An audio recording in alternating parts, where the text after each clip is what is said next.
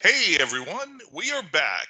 It's Paul and Ken here once again after a little bit of a hiatus to talk about all things going on in the world, geopolitically, financially, economically, and the like. Paul, I want to thank you as always for being a part of this great discussion and welcome back. Yes, and welcome back to Ken. Yeah, we did something in April very briefly, but yeah, it's been a long time. But there's a whole bunch of reasons, and no one to bore people with all that. But yes, we've decided, obviously, now we'll do this when it suits us, and then the format we think is will be useful for people to listen to. If people have got comments and things they think they'd like us to do, then please get in touch. Of course, we'd be happy to listen to ideas and suggestions. But we thought initially it might be worth just talking maybe in some high level about some of the things that are going on, and then as the weeks go by and things happen, then we can touch on more specific points, which I think is the way to do this. Yeah, and I think we had a number of things that really sprang up late last week that definitely need to be touched upon. And I want to give a little bit of a background for those who hadn't heard anything that we had done behind a paywall in the past or in a general interview podcast. There were two countries, in my opinion, that were they hadn't decided which side of the battle, and when I say battle, it's metaphorical, of the new financial order that's taking place, unipolar world and the multipolar world. Those two countries were India and Turkey. They love to straddle the fence. And I used to get frustrated, especially in India, because I potentially saw them as a poison pill for the BRICS, especially with their continuing little tete-a-tete, not on a large scale, but something more, just splinters in the flesh when it came to India and China. But we are starting to see that very quickly fall by the wayside. India looks more and more like they're choosing a side. With that being said, the focus today we're going to do is on Turkey. Erdogan. I have never really been a fan of Erdogan myself, especially during the Obama administration when ISIS was big in Syria. And it comes out that Erdogan and his son were the ones who were buying the black market oil, keeping ISIS funded and, you know, taking what they could on the side. To me, Erdogan is cunning more than intelligent, but he is in a place of power and authority, the gateway to Asia, just the way Iran is for the BRICS.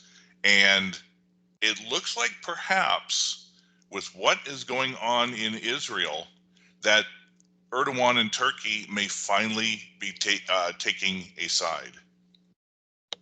Yeah, you're absolutely right in your characterization of him. And the other thing I would say is he's definitely a survivor.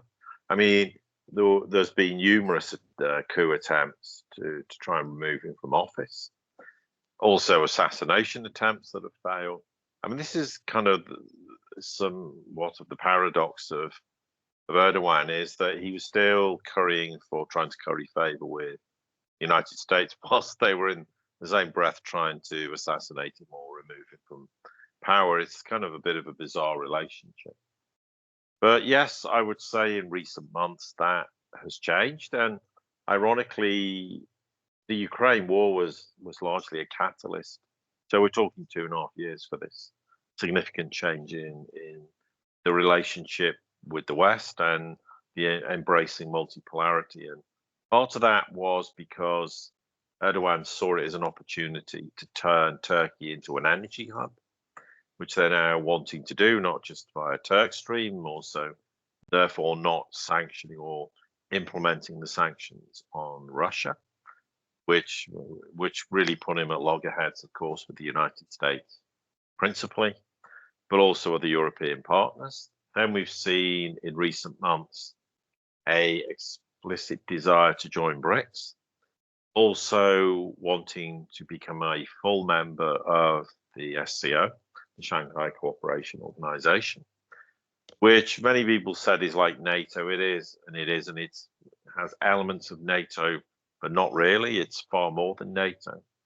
We're not here to discuss the SCO today, but obviously there is an understanding that being a member of NATO and the SCO is problematic. Does this mean that Erdogan's going to walk away from NATO? Well, the argument rightly is when the Ukraine war eventually ends, which is going to be a defeat for the United States, a defeat for the Europeans and all their policy measures and decisions, as much as a defeat for the Ukrainians, then the future of NATO is very much in the balance, to put it diplomatically. And therefore, it might be a question that NATO ceases to have any relevance. So therefore, leaving NATO is not really a big deal as much as it would be to try and walk away from it now. But I think certainly in the past, I would say particularly Erdogan was trying to play one off against the other. I think that's not the right characterization. I think it's more, what can I get from all parties? And what benefits can I get? Well, increasingly, he is understanding, like anyone else who's objective, that the unipolar world is dying rapidly. The United States really is no longer an hegemonic power. It likes to pretend it is and convince itself more than anyone else that it is, but it isn't. So therefore, they're the sort of economic, geopolitical, and financial reasons to move on from unipolarity and fully embrace multipolarity. And then, of course, the icing on the cake would be this rapprochement between Turkey and Syria. I mean, that's been a particularly thorny problem for over a decade since the start of the Syrian war. I won't call it a civil war because it isn't. It was a war by the West, as we know, to remove Assad. Now, the principal problem has been, as you say, is effectively financing militant groups, as the West likes to call them, jihadists to anyone else. Also, there's the whole thorny subject of the Kurds, and how the Turks define certain political parties as outlaw them, call them terrorists. This all relates to Kurds, and the Kurdish problem straddles Syria, it straddles Turkey. It's also a problem in Iraq, in Kurdistan, and there's also all this concern about the sort of refugees fleeing from Syria into Turkey, and also from Erdogan's perspective, the Kurds is a huge internal problem. And of course, they've had not so much a stalemate in the war, but effectively there's almost been a kind of ceasefire with the militants left in Idlib, which is on the border northwest Syria, between Turkey and Syria, and that has just never been resolved. It's just this standoff. Occasionally it flares up again. Something gets bombed by these militants, and then, as we saw a couple of weeks ago, the Russians went in and targeted with airstrikes certain facilities that these so-called militants had in our region. But that's something that needs to be resolved long term. And Erdogan is someone who can possibly assist with that. It makes sense to have this rapprochement between the two nations. And one of the fundamental problems for Syria remains, albeit a very small, be 1,500 to 2,000 American personnel in northeast Syria and certain bases in the south, like Al-Tam, and they need to be gone as well. And so certainly there are indications to suggest Erdogan is now beginning to realize that trying to get benefits from both sides is not going to work, because the US increasingly has nothing to offer him. And of course, if he continues to effectively be seen to be supporting the US, and by extension, I'm not saying he's ever supported Israel because he has in this war in Gaza, then he might start to lose the benefits of the multipolar world and might be ostracized in Africa and doesn't want to be. So because multipolarity is gathering momentum and unipolarity is collapsing rapidly, there always comes a point where he's going to have to not so much choose sides, but realize where the benefits lie. And the benefits don't lie in being seen to support the United States. And of course, he's made some rather high octane comments with respect to Israel without actually doing anything. I mean, he's made them again that, necessary if this Gaza war escalates into a war with Hezbollah, then maybe Turkey's going to get involved in the war. I mean, whether he does or he doesn't is an entirely different matter, and I don't think for 1 minute he will. But that's just a lot of high octane rhetoric to sound like he's still the tough leader. And so, yes, there's certainly indications that is the case, and it remains to be seen to what extent, or does at some point, does he make a decision which really, as far as the United States, who are furious with him, not sanctioning Russia, furious with him kind of wanting Chinese investment and wanting to become an energy hub utilizing Russian energy, etc. And they're livid about that behavior, but is he going to do something that really effectively, as far as the United States is concerned, he's a lost cause? Because I still think they think to some extent he isn't, but I would say increasingly that he is. That is the case, and you rightly make the point about India, and we'll talk about India and China another time. I mean, Saudi Arabia was in that camp too, but Saudi Arabia has long since nailed its colours to the multipolar world master. Okay, in some ways, it's still been a little bit cagey about aspects of it because it has to be extremely careful from its own perspective about what happens in with regards to the House of Saud. And obviously, there's been ongoing attempts in recent years to get rid of MBS. I mean, we've seen it on several occasions. Again, the United States have done that, but certainly these so-called, what I would call key vassal states historically, are turning against the unipolar world and realizing it's over and embracing multipolarity because it's far more beneficial to embrace that this new world that's birthing very rapidly now.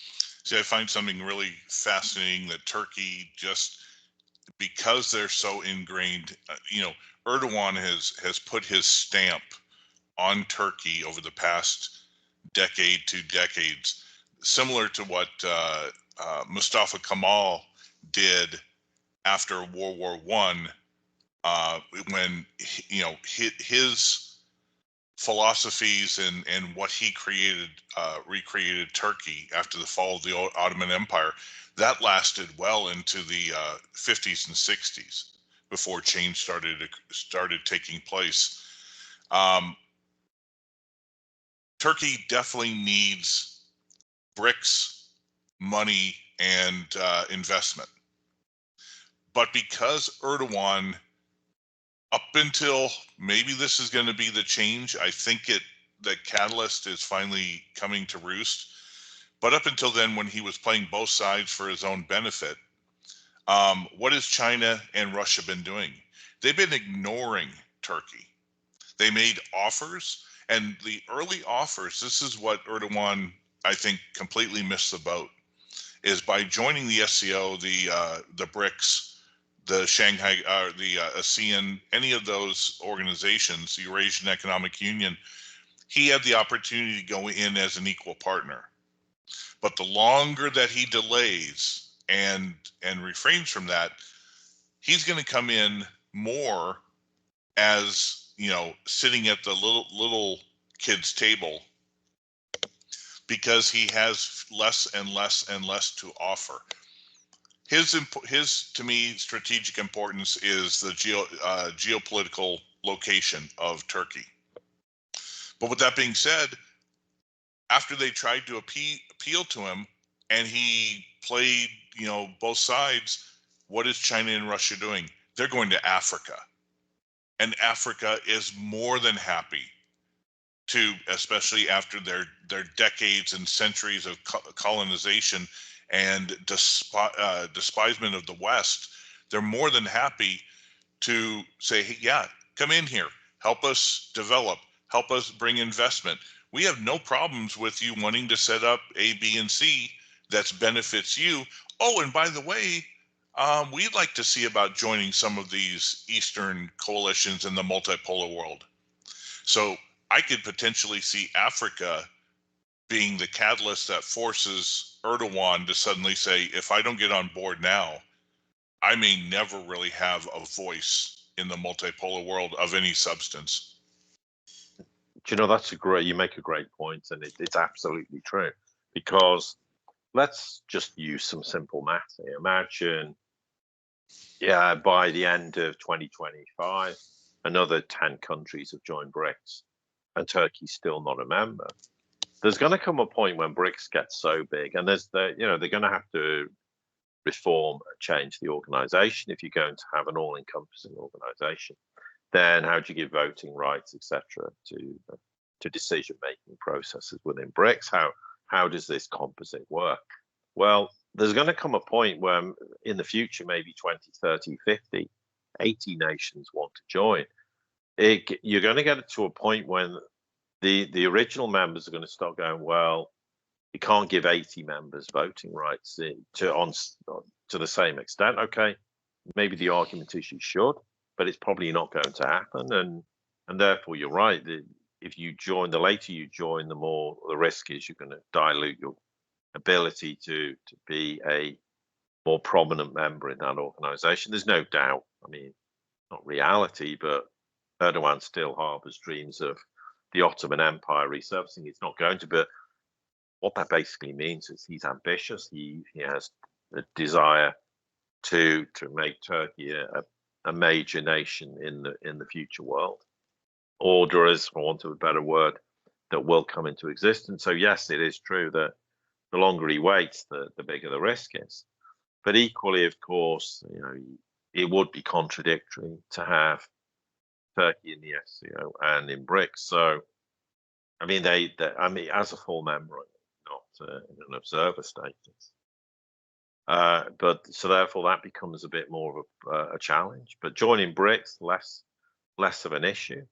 But yes, certainly that is an extremely important and valid point, and it is true. I mean, also, if he wants to be an energy hub for Russian energy, then he's not just going to be competing with Europe, which has really destroyed its own energy supply by imposing sanctions and allowing the United States to blow up Nord Stream 1 or try to blow up 1 and 2.